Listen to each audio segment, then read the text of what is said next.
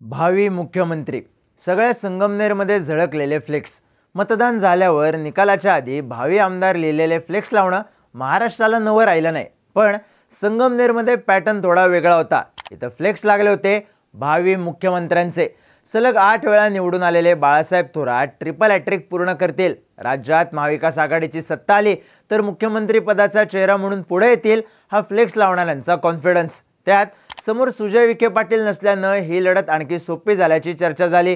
प्रचार झाला, मतदान झालं, निकाल लागला आणि सगळ्यात आधी काय घडलं असेल तर भावी मुख्यमंत्री लिहिलेले फ्लेक्स निघाले। बाळासाहेब थोरातांच्या गडाला धक्का बसला। 10,560 मतांनी बाळासाहेब थोरात पराभूत झाले।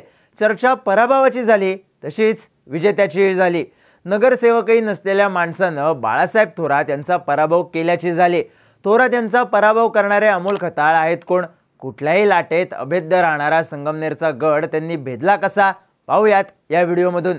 नमस्कार, मी चिन्मय आणि तुम्ही पाहताय बोलभिडू। संगमनेरमध्ये थोरातच जोरात हे चालत आलेलं समीकरण। इथं थोरात यांच्या संस्था, कारखाने, अगदी वडिलांपासून चालत आलेला मोठा वारसा। त्यात फक्त संगमनेरमध्ये नाही तर सगळ्या नगर जिल्ह्यात होल्ड। स्वतः निवडून येत आमदार निवडून आणण्याचं कसं परफेक्ट जमणार। लाभार्थ्यांचं गणित मोठं, कार्यकर्त्यांची फळी मोठी, साहजिकच थोरातांचा आत्मविश्वास सुद्धा मोठा। पण यंदा या बालेकिल्ल्याला पहिलं आव्हान दिलं सुजय विखे पाटील यांनी। लोकसभेला झालेल्या पराभवानंतर सुजय विखे संगमनेरमध्ये ऍक्टिव्ह झाले होते। बाळासाहेब थोरात यांच्या विरोधात तेच उभे राहतील अशी चर्चा सुद्धा झाली। पण जयश्री थोरात यांच्याबद्दलचं वक्तव्य विखे पाटलांच्या उमेदवारीवर फुली मारणारं ठरल्याची चर्चा झाली। त्यानंतर प्रश्न होता थोरात यांच्या विरोधात कोण? त्याचं उत्तर अगदी ऐन वेळेस मिळालं। शिंदेंच्या शिवसेनेकडून अमोल खताळ। अमोल खताळ आमदार, महापौर, नगरसेवक सोडा, साधे ग्रामपंचायत सदस्य सुद्धा नव्हते। त्यांना राजकीय पार्श्वभूमी नव्हते, संस्थांचं पाठबळ असण्याचा विषयच नव्हता। बलाढ्य बाळासाहेब थोरात यांच्या विरुद्ध स्वतः उभा न राहता खताळ यांना उमेदवारी देत सुजय विखेंनी माघार घेतल्याची चर्चा झाली। पण सुजय विखे एक वाक्य सातत्यानं सांगत होते, बाळासाहेब थोरातांचा पराभव होऊ शकतो। त्यांचा विश्वास जसा आपल्या यंत्रणेवर होता तसाच तो अमोल खताळ यांच्यावर सुद्धा होता। अमोल खताळ यांची सगळ्या संगमनेरला असलेली पहिली ओळख म्हणजे सायबर कॅफे चालक। खताळांचं मूळ गाव धांदरफळ खुर्द। गावाकडे शेती, वडील शेतीत राबणारे। पण स्वतःचा व्यवसाय सुरू करण्यासाठी खताळ संगमनेर शहरात आले।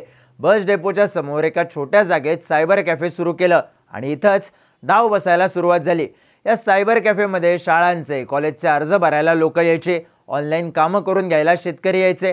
मग कुठल्याही योजनेचं काम करून घ्यायचं म्हणलं की लोक अमोल खताळ यांचं सायबर कॅफे गाठायचे।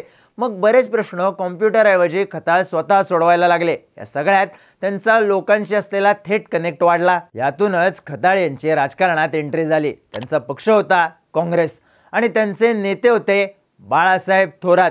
तालुका लेवलला ते काँग्रेसचे पदाधिकारी सुद्धा होते। पण पुढे त्यांनी शरद पवारांच्या राष्ट्रवादीत प्रवेश केला आणि तिथंच ठिणगी पडली।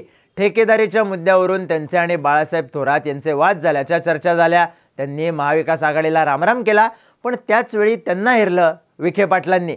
खताळ विखे पाटलांसाठी, भाजपसाठी काम करत होते, पण विखेंनी त्यांच्यावर एक वेगळी जबाबदारी दिली। सायबर कॅफेच्या माध्यमातून मिळवलेला अनुभव त्यांना पुन्हा फायद्याचा ठरेल अशी जबाबदारी। राधाकृष्ण विखे पाटलांनी अमोल खताळ यांना संगमनेर तालुका संजय गांधी निराधार योजनेचं अध्यक्षपद दिलं। एखादी योजना लोकांपर्यंत पोहोचवणं, त्याचा लाभ त्यांना मिळवून देणं, ही सगळी प्रक्रिया खताळ यांना तोंडपाठ। त्यामुळं या योजनेचं काम करून दिलं या निकषावर खताळांनी आपली लाभार्थ्यांची गणितं तयार केली। सामान्य लोकांपर्यंत ही योजना थेट पोहोचत असल्यानं खताळ यांचा कनेक्ट आणखी वाढला।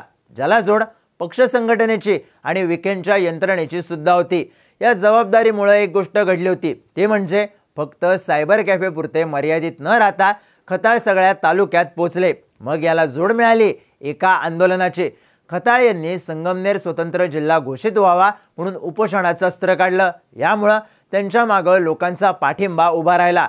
ग्रामपंचायत सदस्य नसलेले अमोल खताळ सगळ्या मतदारसंघात पोहोचले। हा अंडरकरंट सुजय विखेंनी ओळखला आणि शिंदेंच्या शिवसेनेचं तिकीट अमोल खताळ यांना मिळालं। बाळासाहेब थोरात विरुद्ध अमोल खताळ हा सामना नक्की झाला। पण लढाई तिकीट मिळवण्यापर्यंतच नव्हती। आव्हान बाळासाहेब थोरात यांचं मोडून काढायचं होतं। त्यासाठी आखण्यात आली स्ट्रॅटेजी। यात पहिला डाव होता विखेंची यंत्रणा। नगरचे स्थानिक पत्रकार सांगतात की विखे संगमनेरमध्ये लक्ष घालणार नाहीत आणि थोरात शिर्डीत लक्ष घालणार नाहीत, हा इथला अलिखित संकेत. पण लोकसभा निवडणुकीला हा संकेत बदलला. नगर दक्षिण लोकसभेत निलेश लंकेंच्या पाठीमागे थोरातांचा फोर्स उभा राहिला. सुजय विखे यांचा पराभव झाला.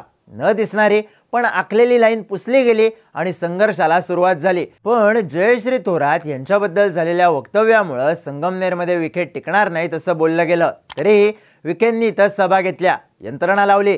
शिर्डीतला फोर्स, लोणीतला फोर्स, सगळं काही खताळ यांच्या पाठीमागं उभा केलं. पाठीमागे विखे आणि समोर थोरात असल्यानं भाजपनं सुद्धा संघाच्या बेरजेची जोडणी करून दिली. विखेंनी पैलवानाच्या तयारीत कसूर सोडली नाही, पण पहिला डाव बसला कारण स्वतः पैलवानच कसलेला होता.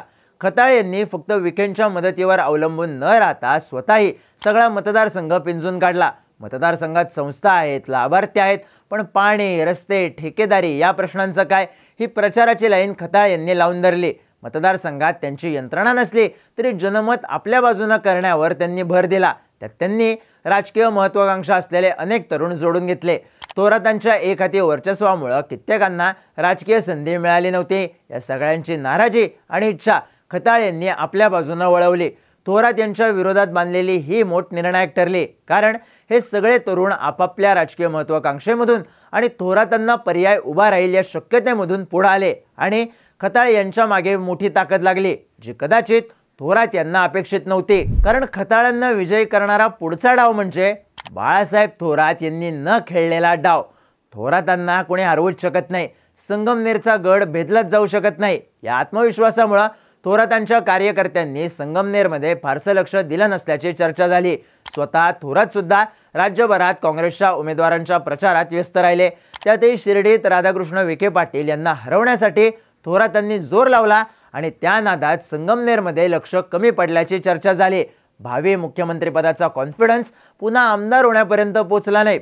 ओव्हर कॉन्फिडन्सवर डाव निसटला. सुप्त अँटी इन्कम्बन्सीला विखे खताळ जोडीनं दिलेल्या हवेमुळे बळ मिळालं आणि थोरातांचा करेक्ट कार्यक्रम झाला. संस्थांच्या, कारखान्यांच्या, इतिहासाच्या, यंत्रणेच्या आणि आत्मविश्वासाच्या बळाला सायबर कॅफेतल्या 3 भिंतींमध्ये राहून सुरू झालेल्या समाजकारणानं हादरा दिला. अर्थात जोड विखेंची होती, पण खरा डाव खताळांचा होता. गड ढासळतात, फक्त धडक दिली पाहिजे हे दाखवून देणारा.